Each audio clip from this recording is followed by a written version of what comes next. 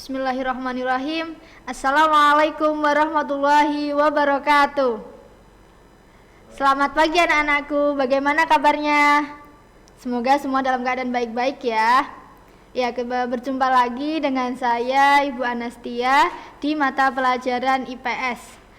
Untuk kali ini kelas 7 dengan materi faktor dan bentuk interaksi sosial. Ya. Kalian bisa menggunakan bukunya, buku pendidikan IPS yang ini atau yang ini, modul yang baru ya, modul yang terbaru, modul hibridanya bisa digunakan juga sebagai sumber atau menggunakan sumber yang lainnya yang relevan dengan materi kita pagi ini. Ya, tujuan pembelajaran kali ini yang pertama yaitu ada peserta didik mampu menjelaskan faktor dan bentuk interaksi sosial. Yang kedua, peserta didik mampu membedakan faktor-faktor interaksi sosial. Dan yang ketiga, ada peserta didik mampu membedakan bentuk-bentuk interaksi sosial. Sebelumnya kita harus tahu tuh apa sih itu interaksi sosial. Ya, jadi interaksi sosial yaitu hubungan yang dinamis berkaitan dengan antara individu dengan individu, individu dengan kelompok atau kelompok dengan kelompok. Ya, contohnya ya dari yang individu dengan individu. Semisal si A nih ngomong sama si B, itu berarti namanya interaksi individu. Sedangkan yang kedua yaitu interaksi antara individu dengan kelompok. Contohnya adalah ketika guru sedang mengajar di sebuah kelas. Itu kan guru sebagai individu dan kelompoknya itu siswa yang ada di kelas. Selanjutnya ada interaksi antar kelompok dan kelompok. Contohnya ketika kita sedang bertanding sepak bola atau futsal seperti itu ya. Itu kan ada kelompok A dan kelompok B. Berarti itu interaksi antar kelompok dan kelompok. Seperti itu ya. Udah paham sampai sini? Selanjutnya, interaksi sosial ini didorong oleh beberapa faktor. Yang pertama ada identifikasi. Apa sih itu identifikasi? Pengertiannya yaitu kecenderungan atau keinginan seorang untuk menjadi sama dengan pihak lainnya.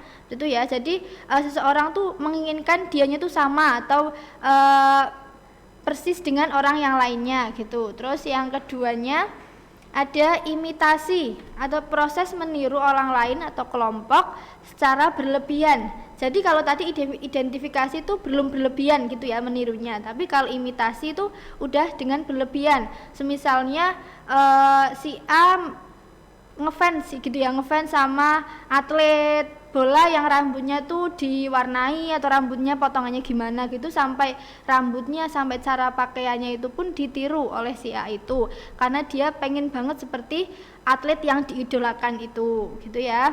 Terus selanjutnya faktornya ada simpati, yaitu proses keterkaitan kepada pihak lain berkaitan dengan perilaku atau penampilan seseorang gitu ya. Jadi ini udah disertai dengan tindakannya, belum disertai dengan tindakannya, tapi dia udah adanya simpati, adanya keinginan untuk berkaitan dengan perilaku atau penampilan seseorang seperti itu. Yang keempat adanya empati. Nah, empati ini pengertiannya yaitu kemampuan seseorang untuk mengolah emosi seakan mengalami kondisi yang dirasakan oleh orang lain. Jadi kalau tadi simpati itu baru merasakan tapi belum melakukan tindakannya. Nah, ini kalau empati itu udah merasakan seperti orang lain dan disertai dengan tindakan yang nyatanya gitu. Itu adanya empati berarti ya. Jadi empati itu kemampuan seseorang untuk mengolah emosi seakan-akan mengalami kondisi yang dirasakan oleh orang lain seperti itu ya. Jadi tindakan ini tuh ada faktor ini tuh ada tindakannya, disertai dengan tindakan. Semisal kita melihat orang di pinggir jalan itu ya, kita merasa kasihan. Lah dengan kasihannya itu kita bertindak memberikan bantuannya, semisal memberikan makanan atau memberikan sebagian rezeki kita seperti itu ya. Nah, selanjutnya faktor selanjutnya yaitu ada faktor sugesti. Nah, kalau sugesti itu sikap atau pandangan dan pendapat orang lain yang diterima tanpa berpikir ulang. Nah, contohnya ketika kita melihat iklan ya di sosial media, misal sekarang di mana sih, Instagram kayak gitu ya, banyak banget food vlogger kayak gitu yang menyatakan kalau itu enak dan lain-lain. Terus dengan tanpa berpikir panjang kita langsung membelinya makanan itu gitu ya, itu namanya tersugesti. Terus selanjutnya ada faktor motivasi. Motivasi ini sendiri yaitu dorongan yang bisa kita yang muncul bisa dari diri kita maupun orang lain. Seperti itu ya. Berarti faktor pendorong interaksi sosial itu ada 6 tadi, dari identifikasi sampai motivasi.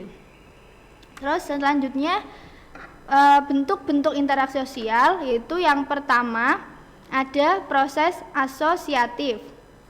Proses asosiatif yaitu ada next, ada ini sebuah gambarnya ya.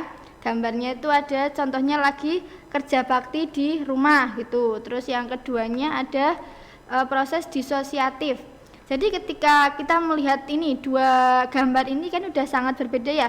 Kalau yang pertama itu sedang bekerja sama, yang kedua sedang berkompetisi. Nah, jadi pokoknya dari bentuk-bentuk ini untuk mempermudah kita mengingatnya, kalau asosiatif itu menuju ke kebaikan atau kebersamaan, tapi kalau disosiatif adalah proses interaksi yang menuju ke perpecahan gitu ya. Bentuk-bentuknya proses asosiatif next. Asosiatif itu ada 4. Yang pertama kerjasama atau kooperasi.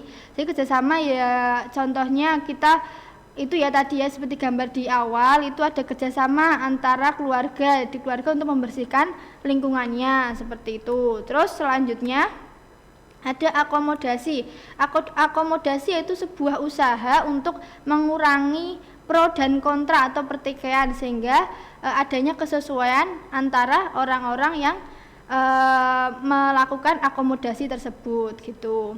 Terus contohnya selanjutnya ada asimilasi. Asimilasi yaitu perpaduan dua budaya yang menjadi budaya baru. Jadi kalau asimilasi itu rumusnya ini IPS, walaupun IPS tetap ada rumusnya ya. Kalau asimilasi itu contohnya budaya A ditambah dengan budaya B, maka muncullah budaya C seperti itu, atau budaya yang baru. Terus proses selanjutnya yaitu ada akulturasi. Nah ini hampir sama dengan asimilasi, bedanya di sini. Apabila asimilasi tadi rumusnya budaya A ditambah budaya B, hasilnya adalah budaya C. Tapi kalau akulturasi adalah budaya A ditambah budaya B, hasilnya adalah budaya A dan B. Sehingga budaya yang baru ini memunculkan budaya namun masih kelihatan dari budaya asalnya, seperti itu ya. Terus selanjutnya ada proses disosiatif. Disosiatif ini ada 3 contohnya. Yang pertama yaitu ada persaingan atau kompetisi. Tadi contohnya ya di halaman awal itu ada kompetisi lari, itu kan ya, semuanya berebut untuk menjadi pemenangnya. Nah, di situ ada persaingan atau kompetisi. Terus selanjutnya juga ada pertentangan atau konflik. Nah, pertentangan atau konflik ini yaitu sebuah kenyataan yang itu tuh tidak sesuai dengan yang ada atau aturannya, jadi menyimpang dari yang seharusnya. Kontravensi sendiri yaitu sikap mental tersembunyi terhadap orang lain atau suatu unsur kebudayaan tertentu. Jadi contohnya seperti ini, di kelas kan banyak sekali ya siswa-siswanya itu. Terus siswa A tuh suka dengan K-pop. Terus yang siswa B itu tidak suka, tapi siswa B tidak mengungkapkannya ke siswa A, sehingga tidak sukanya itu hanya dipendam saja, disembunyikan. Nah, ini contoh dari kontravensi, seperti itu. Untuk materi kali ini cukup sekian ya. Jadi tadi materinya ada apa aja? Yang pertama yaitu apa sih itu pengertian dari interaksi sosial. Yang kedua itu apa pengaruhnya atau faktor-faktornya. Seperti itu. Terus selanjutnya ada bentuknya. Bentuknya ada bentuk asosiasi dan disosiasi. Seperti itu ya. Tadi kalau asosiasi itu lebih ke persatuan dan disosiasi lebih ke perpecahan. Ya, semoga apa yang telah kita pelajari ini bermanfaat untuk kita semuanya. Mohon maaf bila ada salah kata dan tetap semangat untuk kita jaga kesehatan dan jaga semangat ibadahnya. Terima kasih. Wassalamualaikum warahmatullahi wabarakatuh.